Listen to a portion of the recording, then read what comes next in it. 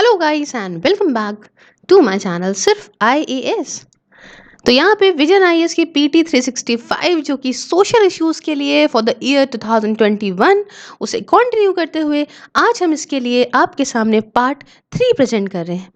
तो आइए शुरू करने से पहले चैनल को सब्सक्राइब कर लीजिए, बेल आइकन को भी प्रेस करिए ताकि आपको रेगुलर अपडेट्स मिलती रहें। चलिए शुरुआत करेंगे इसके पहले टॉपिक से जो कहता है पैटर्निटी लीव के बारे में। जानते हैं कि ये न्यूज़ में क्यों रहा।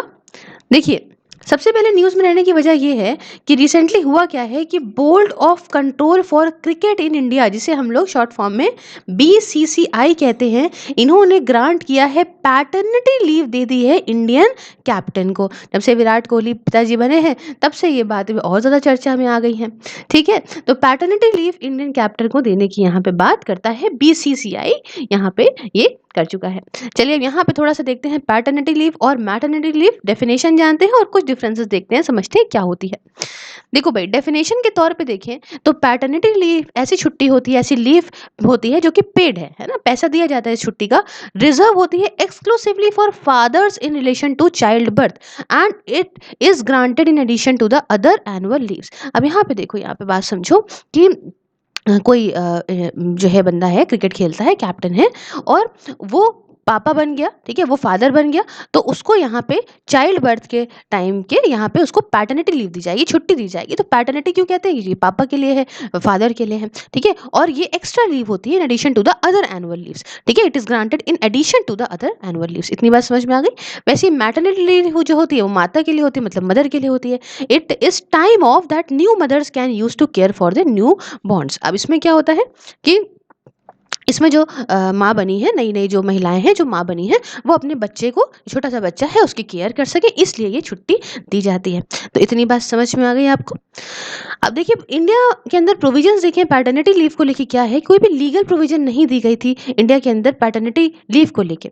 और सारे all India and central services rules allow करते हैं सेंट्रल गवर्नमेंट एम्प्लॉयज़ को with less than 2 surviving child 15 days of paternity leave. मतलब जो सारे ही यहाँ पे ऑल इंडिया और आपका सेंट्रल सिविल सर्विसेज रूल है, वो यहाँ पे क्या कहते हैं कि जो सेंट्रल गवर्नमेंट के एम्प्लॉयज़ होंगे, ठीक है, जो यहाँ पे सेंट्रल गवर्नमेंट के एम्प्लॉयज़ होंगे, उनको यहाँ पे जो है वो 15 दिन की पैटर्निटी लीव दी जाएगी with less than 2 surviving child. मतलब यहाँ पे समझो 2 बच्चे, जो उनके मतलब 2 बच्चे पैदा हुए हैं स्टार्टिंग के, अब जो भी 2 बच्चे सर्वाइव करे हो, जिंदा रहे हो, उनकी बात हो रही है, ठीक है। This also extend to cases where a child has been adopted. ये उन केसेस में भी है जहाँ पे छोटा बच्चा मान लीजिए अडॉप्ट कर लिया गया, तो एक तरीके से ये भी है ना कि बच्चा पैदा ही तो हुआ है, एक तरीके से नया नया है, बस अडॉप्ट करा गया है। उसके साथ इसको जो है वो आप कब तक ले सकते हो, up to 6 months from the date of delivery और अडॉप्शन ऑफ द चाइल्ड। मतलब यहाँ पे कि जब बच्चा या तो पैदा हुआ है तब तक, तब से लेके 6 मंथ्स तक, या फिर आपने जब भी चाइल्ड को अडॉप्ट करा है तब से लेके 6 महीने तक। इतनी बात समझ में आई। अब यहाँ पे देख लेते हैं थोड़ा बहुत। अच्छा, पहले यहाँ पे प्राइवेट ऑर्गेनाइजेशन का भी देख लेते हैं। तो यहाँ पे ऐसा कोई भी लॉ नहीं है जिससे प्राइवेट सेक्टर के लोगों को यहाँ पे पैटर्निटी लीव्स दी जाए उनके एम्प्लॉयज़ को, ठीक है, मतलब प्राइवेट सेक्टर के जो एम्प्लॉयज़ हैं उनको पैटर्निटी लीव मिले, इसके लिए कोई भी ऐसा लॉ, कंपलसरी लॉ आप कह सकते हो कि नहीं है। हाँ, कुछ अगर हम कहें कि कुछ सर्टेन प्राइवेट एस्टैब्लिशमेंट हैं जो देते हैं, हाँ, कुछ प्राइवेट एस्टैब्लिशमेंट ज़रूर प्रोवाइड करते हैं पैटर्निटी लीव, लेकिन सबके लिए ऐसा कुछ नहीं है। उसके बाद अगर हम यहाँ पे वही चीज़ को मैटर्निटी लीव देखें, इस तरफ देखें, अगर प्रोविजंस हमारे इंडिया के अंदर क्या है, तो leave policy is regulated by maternity benefit amendment act 2017 के द्वारा लीव पॉलिसी को रेगुलेट किया जाता है। साथ में दूसरी बात, ये सारे इस्टेब्लिशमेंट जिनके अंदर एम्प्लॉय 10 या 10 से ज़्यादा लोग होते हैं, मतलब इस्टेब्लिशमेंट जहाँ पे 10 या 10 से ज़्यादा लोग काम करते हैं, वहाँ पे हर जगह पे ये अप्लाई होता है। तीसरी बात, for the first 2 surviving child up to 26 week of paid maternity leave is granted. मतलब स्टार्टिंग के 2 जो सर्वाइविंग चाइल्ड होते हैं, ठीक है, 2 ऐसे बच्चे जो जिंदा बच गए हों, ठीक है, इसलिए कहा जाता है सर्वाइविंग चाइल्ड, क्योंकि फिर मान लीजिए अगर ऐसा है कि बच्चा हुआ, उसकी डेथ हो गई थोड़े वक्त बाद, तो एक आपकी लीव थोड़ी ना चली जाएगी, ऐसा नहीं है। तो 2 सर्वाइविंग चाइल्ड तक के लिए यहाँ पे 26 हफ्तों तक के लिए यहाँ पे मैटर्निटी लीव दी जाती है, ठीक है। 26 हफ्तों तक के लिए क्यों दी जाती है, क्योंकि देखिए माँ का रोल ज़्यादा होता है, और माँ ही जो है वो जन्म भी देती है, तो उसको खुद को भी रिकवर करना है, बच्चे को भी ध्यान रखना है, और भी काफ़ी सारे काम करती है, इसलिए यहाँ पे 26 हफ्तों तक का दिया जाता है। अब ऐसी औरतें जो who are expecting after having 2 children, paid maternity leave is 12 weeks, that is 6 weeks pre delivery and 6 weeks post delivery. यहाँ समझिए, अगर मान लीजिए औरतें चाहती हैं मैटरनिटी लीव को पाना आफ्टर हैविंग 2 चिल्ड्रन, मतलब 2 बच्चे उनके हो चुके हैं, इनको ये 26-26 हफ्तों वाली मिल चुकी है। अब इसके बाद भी अगर वो चाहती हैं तो इनको पेड मैटरनिटी लीव 12 हफ्तों की दी जाएगी, मतलब 6 हफ्ते डिलीवरी होने से पहले और 6 हफ्ते डिलीवरी होने के बाद। इतनी बात समझ में आ गई।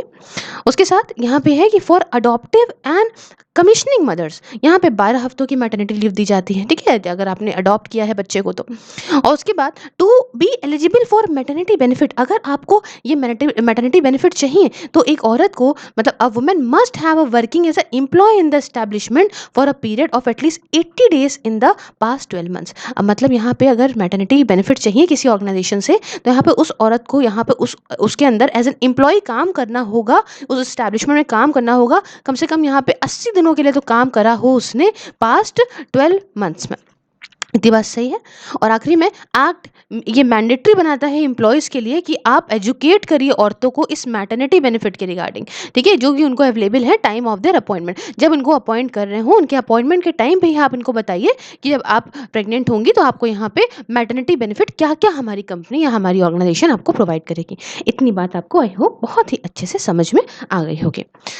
उसके बाद यहाँ पे कुछ रिलेटेड इन्फॉर्मेशन आपको समझाना चाहूँगी इससे। तो एक आता है मेंस्ट्रुअल लीव, ठीक है, पीरियड्स जो होते हैं उसकी लीव की बात हो रही है। तो ज़ोमैटो ने रिसेंटली अनाउंस करा है कि यहाँ पे पेड पीरियड लीव पॉलिसी जो कि एम्प्लॉयज़ के लिए है ना, जिनकी वुमेन एम्प्लॉयज़ हैं उनके लिए पेड पीरियड लीव दी जाएगी। और स्टेट ऑफ बिहार ने यहाँ इसके पास जो है, इसके पास 2 एक्स्ट्रा डेज हैं कैजुअल लीव पर मंथ के for women government employees to take time off for period since 1992। देखिए 1992 से क्या है, उसके बाद से यहाँ पे जो स्टेट ऑफ बिहार है ना, बिहार की स्टेट है, इसमें यहाँ पे 2 एक्स्ट्रा दिन दिए हैं, कैजुअल लीव तो दी है, उसके साथ 2 एक्स्ट्रा दिन दिए हैं हर एक महीने औरत को जो कि गवर्नमेंट एम्प्लॉय है, कि भैया उसको अगर पीरियड्स होते हैं, उसको बहुत पेन होता है तो ये ले सकती है 2 दिन की यहाँ पे छुट्टी। क्लियर है। मेंस्ट्रुअल बेनिफिट बिल 2017 का जो है ना, जो लोकसभा के अंदर 2018 में रखा गया था, ये भी कहता है कि यहाँ पे provide women working in the public and the private sector. ये क्या प्रोवाइड करता है कि ऐसी औरतें जो पब्लिक सेक्टर में और जो प्राइवेट सेक्टर में काम कर रही हैं, है ना, उनको यहाँ पे 2 दिनों की पेड मेंस्ट्रुअल लीव दी जाए हर एक महीने, एज वेल एज अच्छी फैसिलिटी दी जाए for the rest of the working during menstruation. कि मतलब यहाँ पे ऐसी फैसिलिटीज़ हों कि जब उनके पीरियड्स की डेट चल रही हो, उनका मेंस्ट्रुएशन साइकिल की जो डेट चल रही हो, उसमें इनको रेस्ट वगैरह दिया जाए, अच्छा वर्किंग एनवायरनमेंट हो, उनके ऊपर प्रेशर ना पड़े, ठीक है। उसके बाद जो है रिलेटेड इन्फॉर्मेशन में ही एक बात और है चाइल्ड केयर लीव के बारे में। अब ये चाइल्ड केयर लीव क्या है यहाँ समझते हैं।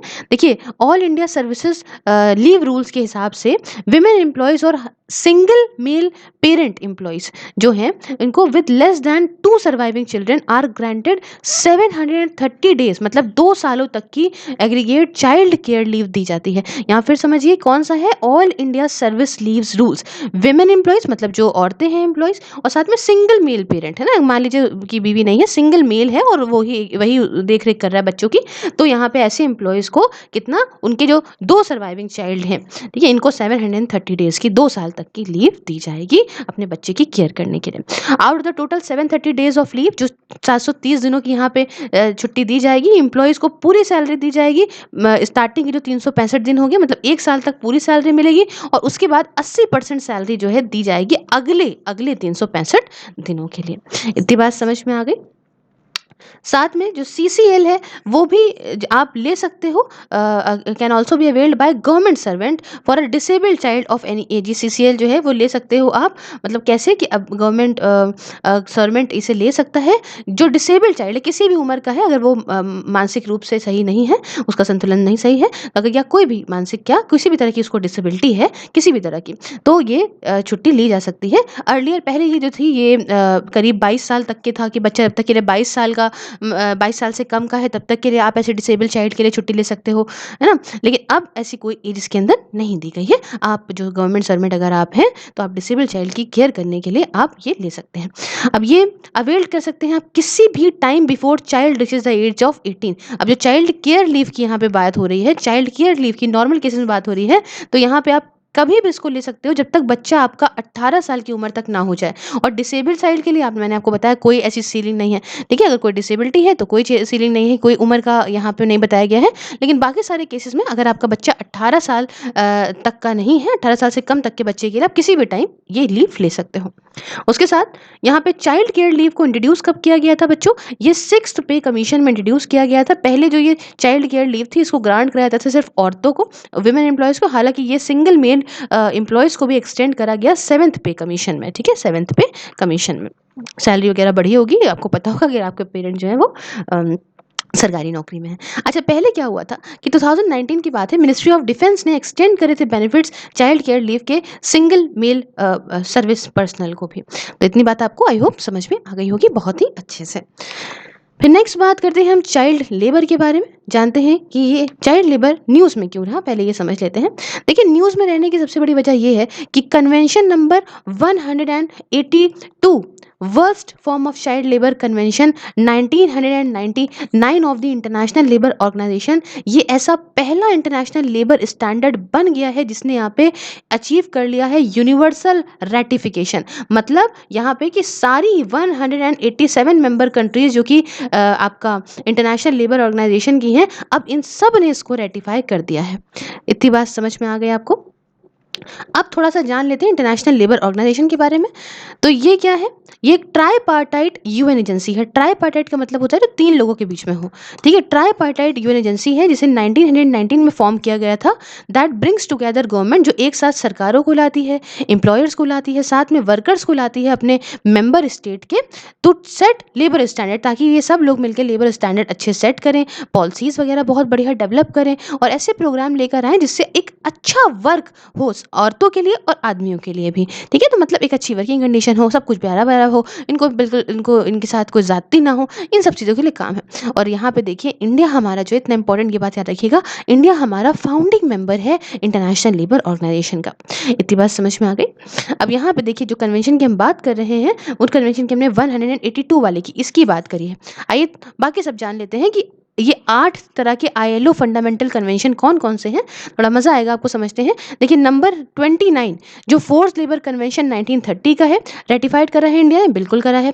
नंबर 87, ध्यान रखिएगा, नंबर 87 जो freedom of association and protection of the right of organise convention 1948 का है, इसे इंडिया ने रेटिफाइड नहीं करा है। उसके बाद नंबर 98 की बात करें तो right to organise and collective bargaining convention 1949 का जो है, इसे भी इंडिया ने नहीं रेटिफाई करा है। उसके बाकी सारे करे हैं, जैसे कि कन्वेंशन नंबर 100 जो इक्वल रेम्युनरेशन कन्वेंशन है 1951 का, इसे करा गया है रेटिफाइड। उसके बाद कन्वेंशन नंबर 105 105 मतलब अबोल्यूशन ऑफ फोर्स लेबर कन्वेंशन 1957, तो ये भी करा है रेटिफाइड हमारे देश ने। उसके बाद कन्वेंशन नंबर 111 111 जो कहता है discrimination employment and occupation convention 1958, इसे भी रेटिफाइड करा गया है। उसके बाद कन्वेंशन नंबर 138 आता है जिसमें मिनिमम एज कन्वेंशन 1973 का, ये भी रेटिफाई करा गया। और आखिरी में तो भाई सभी ने करा है इसको, 182 the worst form of child labour convention 1999, इसे भी रेटिफाइड करा गया है इंडिया के द्वारा। अब देखिए यहाँ पे जानते हैं और बातें आगे बढ़ेंगे। कुछ बातें जानते हैं ये जो आईएलओ का कन्वेंशन नंबर 182 है जिसके बारे में हमने बात करी, उसके बारे में देखिए। ये कहता है, ये रोक लगाता है या एलिमिनेट करता है जो वर्स्ट फॉर्म है चाइल्ड लेबर्स के, जिसमें आपका ये बच्चों को अगर आप सारी फॉर्म ऑफ स्लेवरी में, मतलब अगर आप इसको जो है वो अपना गुलाम वगैरह बना रहे हो, जैसे कि बच्चों को बेच रहे हो या खरीद रहे हो बच्चों को, समझ रहे हो? उसके साथ यहाँ पे डेप्थ बॉन्डेज के मतलब यहाँ पे आप बंधुआ मजदूर बना रहे हो, कर्जे ले लिया, वो उससे आप फ्री में काम करवा रहे हो, समझ रहे हो? फोर्स रिक्रूटमेंट कर रहे हो बच्चों की आर्म कॉन्फ्लिक्ट में कि भैया हथियार उठाओ और यहाँ पे मारना शुरू कर दो। तो अगर ऐसा कुछ भी कर रहे हो तो इस पे ये रोक लगाता है। दूसरी बात, अगर आप बच्चों को प्रोस्टिट्यूशन में डाल रहे हो या पोर्नोग्राफी में डाल रहे हो तो भी है। तीसरा, अगर आप इलिसिट एक्टिविटीज करा रहे हो, जैसे कि आप ड्रग्स वगैरह को प्रोड्यूस कराने की बात कर रहे हो, ट्रैफिकिंग कर रहे हो ड्रग्स की, कि बच्चों के हाथ से इधर से उधर ड्रग्स करवा रहे हो, या कोई भी ऐसा काम जो उनकी हेल्थ को, उनकी सेफ्टी को, उनके मॉरल को दिक्कत देता है, हार्म करता है, तो वो सब का सब जो आता है प्यारे बच्चों, वो आता है prohibition and elimination of the worst form of child labour में, ठीक है? अगर आप अच्छा इसको बच्चों को इसमें डाल रहे हो तो ये वन ऑफ द आईएलओ मतलब इंटरनेशनल लेबर ऑर्गेनाइजेशन के 8 जो फंडामेंटल कन्वेंशन है उसमें से एक है। एंड इसको आप जैसे कि देख सकते हैं अडॉप्ट किया गया था, एक जेनेवा में मीटिंग हुई थी ये 1999 में, तब इसको अडॉप्ट करा गया था। क्लियर है? अब साथ में एज रेटिफिकेशन रेट इंक्रीज, इसका जैसे जैसे सारी कंट्रीज इसको रेटिफाई करा, यहाँ पे कंट्री ने लॉज और पॉलिसीज को अडॉप्ट करना शुरू कर दिया, जैसे कि आपका मिनिमम एज क्या होगी काम करने की, साथ में चाइल्ड लेबर इंसिडेंट्स या इसके वर्स्ट फॉर्म्स जो है है इसमें कमी देखने को मिली बाय ऑलमोस्ट 40%। 2000 से 2016 के बीच में अगर हम देखें तो 2000 से लेके 2016 के बीच में जब सारी कंट्रीज ने धीमे धीमे लॉज लेकर आई, काम करा इस फील्ड में, तो हमें देखने को ये चीज़ मिली कि ये जो है कमी होने लग गई ये worst form of child labour के अंदर। ठीक है। अब देखिए डेफिनेशन क्या है चाइल्ड की अलग अलग एक्ट्स के अंदर। अब चाइल्ड क्या है, ये चाइल्ड की डेफिनेशन क्या है, आइए सब अलग अलग एक्ट्स के अंदर समझते हैं। तो अगर हम यहाँ पे पॉक्सो की बात करें, पॉक्सो एक्ट की बात करें, तो लेस दैन 18 जो 18 साल से कम उम्र के बच्चे हैं वो चाइल्ड में आते हैं। उसके बाद child labour prohibition and regulation act 2016 की बात करें तो जो 14 साल से कम के बच्चे हैं वो चाइल्ड के अंदर आते हैं। तीसरी बात, अगर हम juvenile justice care and protection of children act 2015 की बात करें तो इनके हिसाब से 16 साल से कम जो बच्चे हैं वो चाइल्ड में आते हैं। और फिर अगर हम फैक्ट्रीज एक्ट 1948 की बात करें तो इसमें 15 साल से जो कम के बच्चे हैं वो चाइल्ड की डेफिनेशन में आते हैं। आई होप आपको इतनी बात समझ में आ गई होगी। फिर कुछ बातें हम यहाँ पे करेंगे चाइल्ड लेबर के बारे में। ठीक है, तो देखिए यहाँ पे child labour prohibition and regulation amendment act 2016 जो है वो यहाँ पे रोक लगाता है कि बच्चों को आप जो है इंगेज नहीं कर सकते हो सारे ऑक्यूपेशंस में जो और या फिर अडोल्सन को आप नहीं कर सकते हो हजार्डियस ऑक्यूपेशन ऑन प्रोसेसेस में। फिर समझिए, the engagement of children in all occupations and of adolescent in hazardous occupation and processes. मतलब यहाँ पे जो हमारा child labour prohibition and regulation amendment act 2016 का है वो कहता है कि आप बच्चों को तो बिल्कुल नहीं काम करा सकते हो किसी भी तरह के ऑक्यूपेशन में, और जो अडोल्सेंट है, ठीक है, इनको आप जो खतरनाक काम होते हैं हजार्डियस ऑक्यूपेशन है या ऐसे कोई प्रोसेस है तो उसमें नहीं काम करा सकते हो।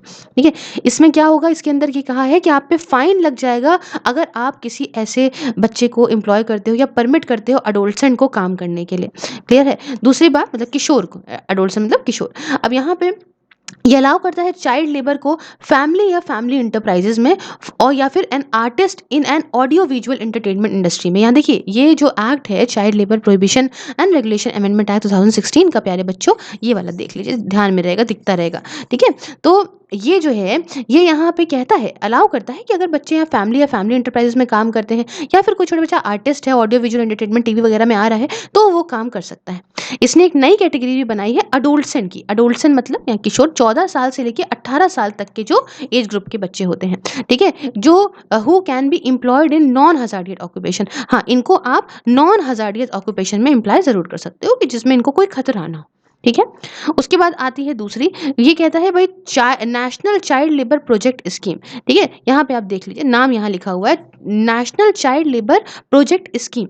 ये क्या है बच्चों, ये एक सेंट्रल सेक्टर स्कीम है जो कि आपका ministry of labour and employment के अंदर आती है, जो यहाँ पे एलिमिनेट करती है किसी भी तरह का चाइल्ड लेबर नहीं होना चाहिए। ठीक है, कैसे एलिमिनेट करती है, through identification and withdrawal of all children in the project area from child labour.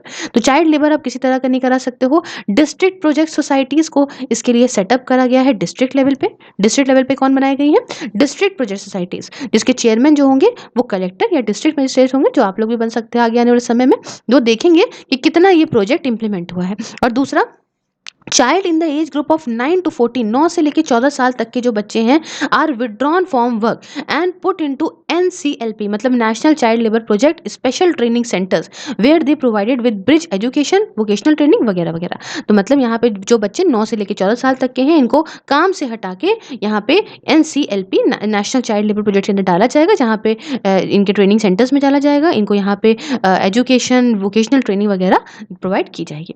अब यहाँ पे थोड़ा सा देख लेते हैं हम कि इंडिया का एफर्ट क्या लिए हैं चाइल्ड लेबर के अगेंस्ट। इंडिया ने काफ़ी सारे एफर्ट लिए हैं और जानते हैं क्या क्या एफर्ट लिए हैं। देखिए यहाँ पे सब कुछ दिया हुआ है कि अगर हम कन्वेंशनल प्रोविजन के हिसाब से देखें तो हमारे कॉन्स्टिट्यूशनल प्रोविजन के हिसाब से देखें तो हमारे संविधान के अंदर आर्टिकल नंबर 24, आर्टिकल नंबर 39 का ई पार्ट और आर्टिकल नंबर 23 जो है चाइल्ड लेबर को यहाँ पे प्रोटेक्ट करते हैं। यहाँ पे लॉ के हिसाब से देखें तो हम कुछ लॉज भी लेकर आए हैं, जैसे कि हम juvenile justice care and protection of child act 2000 ये इसको क्राइम बनाता है, पनिशेबल बनाता है, आपको जेल हो सकती है अगर आप किसी बच्चे को यहाँ पे एम्प्लॉय करते हो, छोटे बच्चे को किसी भी हज़ार्डियस एम्प्लॉयमेंट में, या फिर बॉन्डेज को, या बंधुआ मजदूर अगर बनाते हो उसको तो। दूसरी बात देखें तो child labour amendment prohibition and regulation act आपका 2016 का लॉ आया है। उसके बाद द माइंस एक्ट 1952 भी रोकता है कि आप बच्चे जिनकी उम्र 18 साल से कम है उनको माइन के अंदर जो है, खानों के अंदर आप नहीं जो है वो कर सकते हो एम्प्लॉय। उसके बाद एक लॉ आया है भाई, वो कहता है फैक्ट्रीज एक्ट 1948 का, ये भी एम्प्लॉयमेंट बच्चों का जिनकी उम्र 14 साल से कम है उसे मना करता है, रोकता है। और आखिरी में the right of children to free and compulsory education जो एक्ट है 2019 का, ये भी यहाँ पे ज़रूरी बनाता है कि फ्री और कंपलसरी एजुकेशन दी जानी चाहिए सारे बच्चों को जिनकी उम्र 6 साल से लेके 14 साल के बीच में है। क्लियर है? और कुछ स्कीम्स वगैरह भी हमारे देश के अंदर है, जैसे कि national child labour project scheme, जिसके बारे में मैंने आपको अभी बताया। उसके बाद पेंसिल पोर्टल जिसे लॉन्च करा गया है ताकि ये जो national child labour project scheme है इसे बहुत ही अच्छी तरीके से इम्प्लीमेंट किया जा सके। तो ये कुछ हमने बात करी चाइल्ड लेबर के बारे में हमारे देश के अंदर। आगे बात करेंगे नेक्स्ट टॉपिक के बारे में, जो कहता है विमेन इन इंडियन एग्रीकल्चर। जानते हैं कि आखिरकार ये बात न्यूज़ ही में क्यों रही है। देखिए, न्यूज़ में रहने की वजह क्या है कि रीसेंट जो फार्मर प्रोटेस्ट इतने बड़े लेवल पे हुआ, इससे एक चीज़ देखने को मिली कि स्पॉटलाइट इसने डाली on a traditionally overlooked group of female workers. अब यहाँ पे जानते हैं कि औरतों की हालत क्या है एग्रीकल्चर के अंदर। देखिए यहाँ पे बच्चों कि जो औरतें हैं वो, अगर मैं बताऊं तो ये 32% हैं एग्रीकल्चर लेबर फोर्स का। और यहाँ पे देखें तो 55 से लेके 66% तक का एस्टिमेटेड फार्म प्रोडक्शन जो है उसमें ये कंट्रीब्यूट करती हैं, अपना योगदान देती हैं। उसके बाद दूसरी बात ये कि एग्रीकल्चर सेंसस जो हमारा 2015-16 में हुआ था, उसके हिसाब से फीमेल ऑपरेशनल होल्डिंग्स जो है वो बढ़ा है टू 14% इन 2015-16 अगेंस्ट, ये पहले कितना था, 12.8% था 2010-11 में।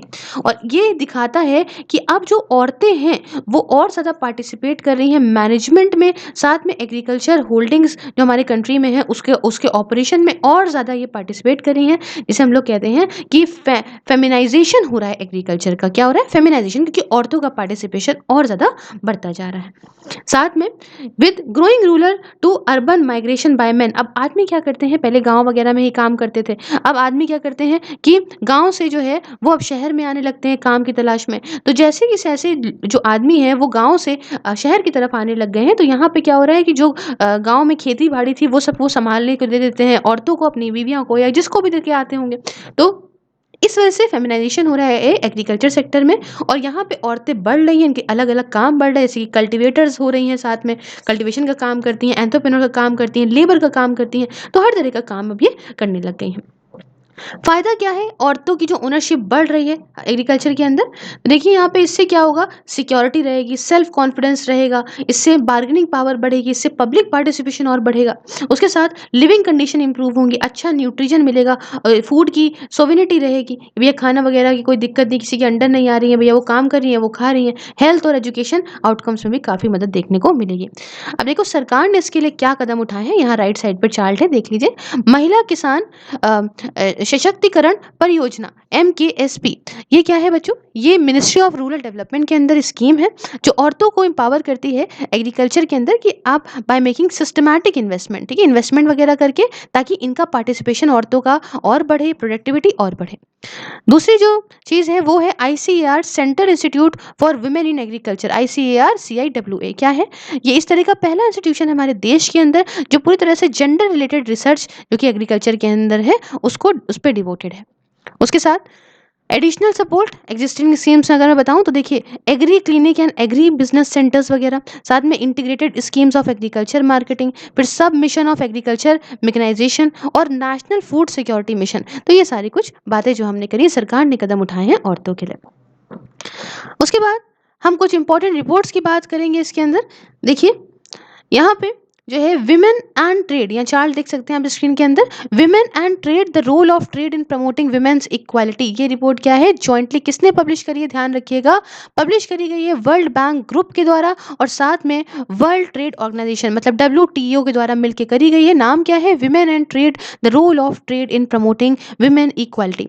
कुछ दूसरे इंपॉर्टेंट रिपोर्ट्स जो वर्ल्ड बैंक रिलीज करता है, याद रखिएगा, ईज ऑफ डूइंग बिजनेस कौन करता है बच्चों, वर्ल्ड बैंक करता है। साथ में वर्ल्ड डेवलपमेंट रिपोर्ट कौन करता है, वर्ल्ड बैंक करता है। उसके साथ ग्लोबल इकोनॉमिक प्रोस्पेक्टिव्स कौन करता है, वर्ल्ड बैंक करता है। उसके साथ WTO कौन कौन सी और करता है, आपका world trade statistical review WTO के द्वारा जो है रिलीज करी जाती है। साथ में वर्ल्ड ट्रेड रिपोर्ट भी WTO ही रिलीज करता है। तो यहाँ पे अगर हम बात करें कि women and trade the role of trade in promoting women's equality, तो ये रिपोर्ट जो है ये मार्क करती है पहला major effort to quantify how women are affected by trade. मतलब ये यहाँ दिखाता है कि भाई किस तरीके से औरतें जो हैं वो ट्रेड से अफेक्ट करती हैं through the use of new gender disaggregated labour data set. ठीक है, ये gender disaggregated labour data set से हमने यहाँ पे देखा, यूज करके इसका पता लगाया कि कैसे ट्रेड जो है वो औरतों को अफेक्ट करता है।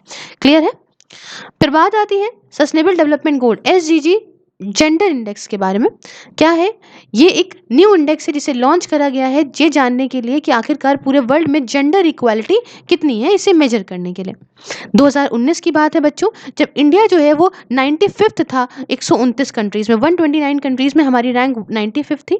और इसे डेवलप कौन करता है, Equal Measures, it has been developed by Equal Measures 2030। ये क्या है, एक जॉइंट एफर्ट है रीजनल साथ में ग्लोबल ऑर्गेनाइजेशन का, इसमें आपके बहुत सारे आते हैं। आपका अफ्रीकन विमेन डेवलपमेंट आता है, कम्युनिकेशन नेटवर्क आता है, Bill and Melinda Gates Foundation आता है, साथ में इंटरनेशनल विमेन हेल्थ कोलिशन वगैरह भी इसके अंदर आता है। इसके अंदर बच्चों करीब 51 जेंडर स्पेसिफिक इंडिकेटर्स हैं अक्रॉस 14 ऑफ 17 ऑफिशियल SDG। ठीक है, जो यहाँ पे कवर करते हैं एस्पेक्ट जैसे कि गरीबी को, हेल्थ को, आपका एजुकेशन लिटरेसी है ना, उसके साथ पॉलिटिकल रिप्रेजेंटेशन और इक्वालिटी कितनी है वर्क प्लेस पे, सब कुछ ये देखते हैं। और ओवरऑल इंडेक्स का स्कोर जो है ये कैसे बेस करता है, 0 से लेके 100 के बीच में बेस करता है। स्कोर अगर 100 का है आपका तो इसका मतलब ये दिखाता है कि आपने अचीवमेंट जो करी है जेंडर इक्वालिटी में in relation to the underlying indicators. ठीक है, आपका अच्छा है। और जैसे जैसे आप कम होते जाएंगे वैसे वैसे कमी देखने को मिलेगी। फिर नेक्स्ट जो बात आती है वो आती है लॉस्ट एट होम रिपोर्ट। ये क्या है, इसे पब्लिश करा जाता है United nation child fund UNICEF के द्वारा। रिपोर्ट देखती है कि क्या रिस्क है, क्या चैलेंजेस हैं हमारे internally displaced children face and the urgent action needed to protect them. फिर समझिए, report looks at the risk and challenges internally displaced children face, जो इंटरनली डिस्प्लेस्ड बच्चे हैं वो क्या फेस करते हैं और अर्जेंट क्या कदम उठाए जाए उनको प्रोटेक्ट करने के लिए। तो इस रिपोर्ट के हिसाब से अगर हम अपने भारत की बात करते हैं तो टोटल नंबर ऑफ जो न्यू इंटरनल डिस्प्लेसमेंट रहा 2019 में, ये करीब रहा 5 मिलियन। मेजॉरिटी क्यों, क्योंकि डिजास्टर की वजह से बेचारे इधर उधर हो गए। और साथ में कन्फ्लिक्ट एंड वायलेंस की बात करें तो ये कुछ कॉजेज हैं इंटरनल डिस्प्लेसमेंट के बच्चों के लिए और उनकी फैमिलीज के लिए ना, इधर से उधर जो बच्चे हो जाते हैं। ठीक है, इतनी बात हमने यहाँ पे कर दी बहुत ही अच्छे से लॉस्ट एट होम रिपोर्ट तक के लिए। अब आगे बढ़ेंगे इसके अंदर और कुछ दूसरी इंपॉर्टेंट न्यूज़ क्या रही उस बारे में भी थोड़ा सा जान लेते हैं। देखिए, यहाँ पे सबसे पहले अगर हम देखें तो India's first international women trade centre के बारे में बात है। देखिए, ये क्या होगा, इसे सेटअप करा जाएगा अंग मलय कोची केरला के अंदर in consonance with United Nation sustainable development goals के तहत, मतलब चलते। इसका एम है कि हम औरतों की जो इंटरप्रेन्योरशिप है वो औरतें बिजनेसमैन बनेगी, सिक्योर होगी, जेंडर पैरिटी। समझ गए, क्या नाम है, India's first international women's trade centre. बहुत अच्छी बात। दूसरा बात करें कोविड-19 श्री शक्ति चैलेंज। क्या है कोविड-19 श्री शक्ति चैलेंज, तो माई गवर्नमेंट ये कोलैबोरेशन करा है यूनाइटेड नेशन विमेन के साथ में और लॉन्च करा है इस चैलेंज को अप्रैल 2020 में। ये यूनाइटेड नेशन विमेन वगैरह के बारे में हमने स्टार्टिंग के 2 पार्ट्स में बात करी है, प्लीज़ देख कर आइएगा। ठीक है, इसको लॉन्च करा गया है। इसका उद्देश्य क्या है कि यहाँ पे इनकरेज करें, इन्वॉल्व करें औरतों को, मतलब समझे, औरतों को और बढ़ावा दें, औरतों का इन्वॉल्वमेंट बढ़ाएं ताकि वो और स्टार्टअप्स वगैरह करें, इसमें इनोवेटिव सोल्यूशन लेकर आए जिससे क्या हो कि ये यहाँ पे हेल्प करेगा कोविड-19 कोविड-19 से लड़ने में या प्रॉब्लम्स वगैरह को सॉल्व करने में जिन्होंने बहुत सारी औरतों को पे इम्पैक्ट डाला है, दिक्कत दी है। ठीक है? तो कोविड-19 श्री शक्ति चैलेंज, प्लीज़ इसको बहुत अच्छे से याद रखिएगा। उसके बाद बात आती है यहाँ पे supreme court issues mirror order in the child custody case. यहाँ सुप्रीम कोर्ट ने इशू करा है mirror order child custody case में। यहाँ देखते हैं मिरर ऑर्डर क्या होता है। देखिए, मिरर ऑर्डर एक एंसिलरी या ऑक्सिलरी होता है अपने कैरेक्टर में। अब ये देख लीजिए कि एंसिलरी और ऑक्सिलरी का मतलब क्या होता है। देखिए, ऑक्सिलरी का मतलब होता है प्रोवाइडिंग सप्लीमेंट्री या फिर आप कह सकते हैं एडिशनल, जब हेल्प देते हो या आप सपोर्ट देते हो। और ये आपका क्या कहते हैं, एंसिलरी का मतलब क्या होता है। इसका मतलब होता है कि आप नेसेसरी सपोर्ट जो भी ज़रूरी है किसी प्राइमरी एक्टिविटीज़ के लिए वो सपोर्ट देते हो, या फिर किसी ऑपरेशन के लिए किसी ऑर्गेनाइजेशन सिस्टम या कहीं पे भी, समझ रहे हो। तो आप जब कुछ नेसेसरी जो भी ज़रूरतमंद का सपोर्ट होता है वो देते हो। तो एक मिरर ऑर्डर एक ऐसा अपने कैरेक्टर में होता है सपोर्ट, ये it support order pass by the court. ये सपोर्ट करता है ऑर्डर जो पास कराया था कोर्ट के द्वारा, which has exercise primary जुडिशन over custody of a child. ठीक है, जिसने जो है ऐसे ऑर्डर ने जिसने एक्सरसाइज करा हो अपना प्राइमरी जुडिशन चाइल्ड की कस्टडी को लेके। अब देखिए, जजमेंट जो है वो बेस्ड था एक पिटीशन पे जो कि चाइल्ड की कस्टडी को लेके था, whose father is based in Kenya and mother is in India. अब कस्टडी जानते हैं ना क्या है, कि मान लीजिए कि औरत है, आदमी है, अब उन दोनों का डिवोर्स हो गया या सेपरेट हो रहे हैं, कुछ भी है, और इनका एक बच्चा है। तो ये औरत कहेगी हमारे पास जो है बच्चे को रहना है, मतलब हम अपने पास रखेंगे, आदमी कहेगा हमें अपने पास रखेंगे। तो इसे कहते हैं जो कस्टडी लेना, कि हम यहाँ पे रखना चाहते हैं बच्चे को, तो उसको बोलेंगे कस्टडी लेना। ठीक है, तो जजमेंट किस पे बेस है, ये एक पिटीशन डाली गई थी कोर्ट के अंदर जो कि चाइल्ड की कस्टडी को लेके थी, जिसका फादर जो है वो बेस्ड था केन्या में और मदर जो है वो इंडियन थी। सुप्रीम कोर्ट ने कहा कि ग्रांट करा चाइल्ड की कस्टडी फादर को दे दी, कि ऑर्डर करा इसको कि to get a mirror order, है ना, ordering him to get a mirror order from a court in the Kenya. अब समझो यहाँ पे इसी यहाँ हमने कोर्ट लिया, यहाँ पे तो मिरर ऑर्डर का मतलब है आप एक तरह से शीशे की तरीके, सेम चीज़ आपको वहाँ से भी लेनी पड़ेगी। तो सुप्रीम कोर्ट ने यहाँ पे चाइल्ड की कस्टडी फादर को दे दी जो कि केनिया का था, और ये करा सुप्रीम कोर्ट ने उसको ऑर्डर करा कि आप सेम मिरर ऑर्डर आप अपने यहाँ के कोर्ट जो कि केनिया का है, ठीक है, वहाँ पे भी आप ये सेम ऑर्डर लो, इसे मिरर ऑर्डर कहते हैं। तो ये पास करा गया ये इंश्योर कराने के लिए कि जो कोर्ट है हमारे कंट्री का जहाँ पे चाइल्ड जो है वो शिफ्ट करा जा रहा है उसे अवेयर है अपने अरेंजमेंट से, which was made in the country where he had ordinarily being residing. अब यहाँ पे देखो, इसका मतलब ये है कि भैया देखो चाइल्ड यहाँ रह रहा था इंडिया के अंदर, क्लियर है। तो मिरर ऑर्डर के लिए इसलिए कहा गया कि जब चाइल्ड अपने फादर के साथ केनिया जाएगा तो वहाँ के कोर्ट को ये बात पता हो कि ये बच्चा वहाँ से आया है, और ये बच्चा जो है उस वाले कोर्ट ने इंडिया के कोर्ट ने कहा है कि बच्चा हम यहाँ पे भेज रहे हैं, मतलब ये जो फादर है जो केन्या में हमारे यहाँ रह रहा है इसके पास इस बच्चे की कस्टडी है। तो इस बारे में पूरी जानकारी यहाँ के कोर्ट को हो, इसलिए मिरर ऑर्डर के लिए बात कही गई। आई होप आपको बहुत ज़्यादा समझ में आ गई होगी। तो क्या है ये बच्चे का माइनर चाइल्ड का कोई इंटरेस्ट ना जो है दिक्कत में आए, इसलिए उसको सेफगार्ड करने के लिए। मान लो कल को फादर कहते अरे हटो हमने तो कुछ करा नहीं, तो वहाँ कोर्ट को भी नहीं पता है कि अरे क्या हुआ क्या नहीं हुआ, तो बच्चा बेचारा फंस जाएगा ना। तो यहाँ पे बच्चे के इंटरेस्ट को सेफगार्ड करता है माइनर चाइल्ड को, और यहाँ पे इंश्योर करता है कि दोनों पेरेंट जो हैं वो इक्वली बाउंड हैं हर एक स्टेट में। मेरिट ऑर्डर्स ज़्यादा जो है वो प्रोमिनेंट प्लेस पाते हैं जहाँ पे भाई Hague Convention on civil aspects on international child abduction 1980 apply नहीं करता, वहाँ पे जो है मिरर ऑर्डर की जगह बन जाती है। साथ में कन्वेंशन ये देता है कि चाइल्ड को प्रोटेक्ट करा जाए हार्मफुल इफेक्ट से एब्डक्शन के और रिटेंशन के across the international boundaries by providing a procedure to bring about their prompt return.